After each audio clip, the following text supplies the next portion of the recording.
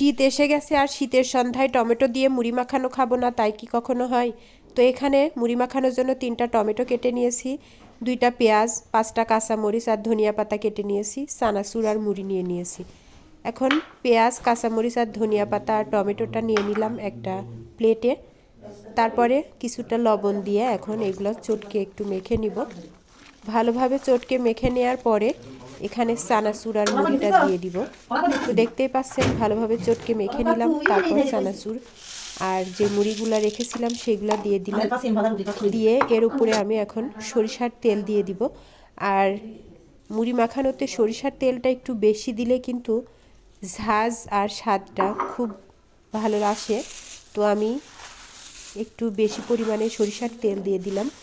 দিয়ে এখন চানাচুর আর মুড়িটার যে মশলাটা করে রেখেছিলাম কাঁচামরিচ, পেঁয়াজ আর টমেটো দিয়ে আর ধনিয়া পাতা দিয়ে সেটার সঙ্গে ভালোভাবে মেখে নিয়েছি। এভাবে মুড়ি মাখালে মুড়ি মাখানোটা অনেক বেশি মজা হয়। আপনারা কে কে টমেটো দিয়ে মুড়ি মাখানো পছন্দ করেন অবশ্যই জানাবেন।